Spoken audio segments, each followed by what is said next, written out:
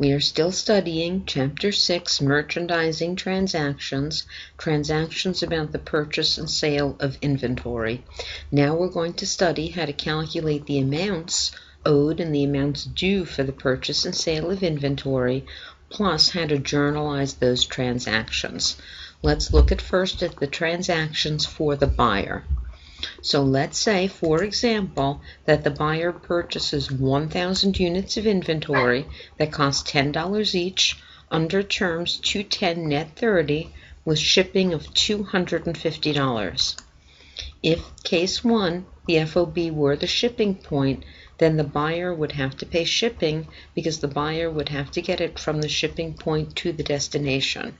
So in that case, the buyer would take the 1,000 units, multiplied by $10 each, and then add the $250 shipping on top of that, and the buyer would journalize a purchase of $10,250, debit inventory and credit accounts payable for $10,250.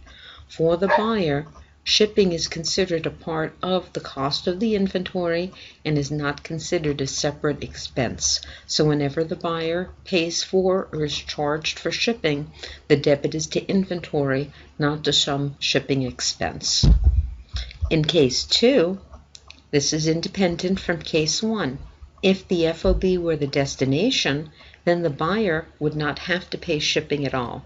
So in that case, the buyer would pay $1,000, multiply by 10, and would not add the shipping on top of that, so the buyer would debit inventory for $10,000 and credit accounts payable for the same amount, $10,000.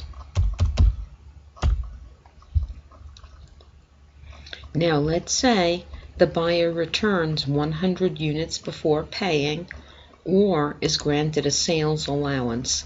The difference between a return and a sales allowance is, with a return, the buyer physically returns the inventory, so after the transaction the buyer has fewer units of inventory, so it really shouldn't affect the average price per unit. With the sales allowance, you're granted some kind of a discount because the inventory was unacceptable, but you do not return the inventory. So in that case, the number of units do not change, even though the cost of the inventory changes. So in that case, your average price per unit would change. But in both cases, the journal entry would be identical. It just, the number of units on hand would be different. So in this case, if the buyer returns 100 units, remember they cost $10 each, the buyer would calculate 100 multiplied by 10.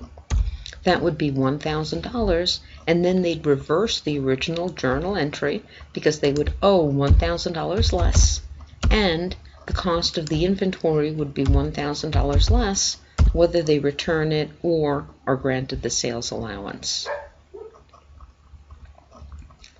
Now, let's assume that the buyer does not pay within the discount period.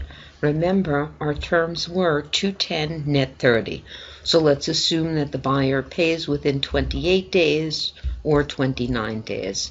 What would happen is the buyer originally bought 1,000 units at $10 each, agreed to pay the shipping, but then returned 100 units that cost $10 each. So first we'd calculate the original amount of the purchase, 1,000, multiplied by 10. We'd add the shipping, and then subtract out the return, 100, multiplied by 10.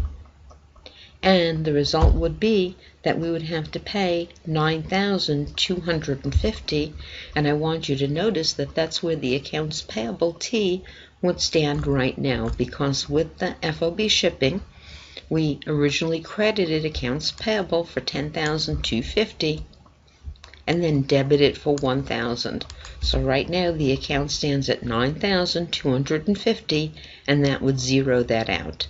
So we just debit accounts payable for the $9,250 and credit the cash.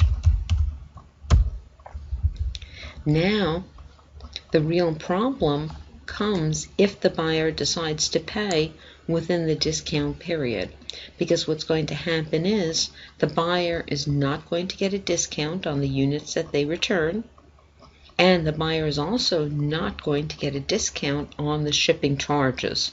So first we have to calculate the full discounted amount. So first we calculate the amount minus the return. So 1,000 times 10 is the original purchase, minus 100 times 10 is the amount returned.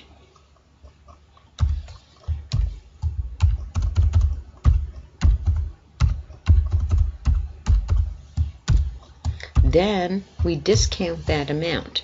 So we have to take away a 2% discount. To take away a 2% discount, we multiply that number by 100% minus 2%. Now we've calculated the completely discounted amount, the original amount minus the return, multiply, actually by taking away the discount, multiplying by the remainder, and then we add in the shipping on top of that. So in this case, if the buyer pays within the discount period, the buyer would actually have to pay $9,070. So the amount of the discount, the buyer would originally have to pay $9,250.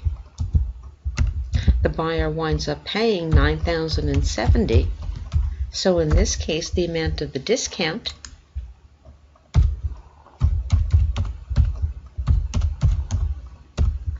is $180. So what we'd do is we'd have to debit accounts payable for the $9,250. Otherwise, that wouldn't zero out the accounts payable, because again, we credited it for $10,250 and then debited it for $1,000. We can see the journal entries right there, the credit for $10,250 and the debit for $1,000. So we've now zeroed out that amount. But the buyer only has to pay $9,070. What happens is the remaining $180 is deducted as a cost for the inventory. The $9,250 was an estimate. We now have a better amount now that we know the amount of the discount, and the cost of the inventory is adjusted down by the amount of the discount. So there we have a full glimpse into all of the journal entries necessary when you're going to be buying inventory.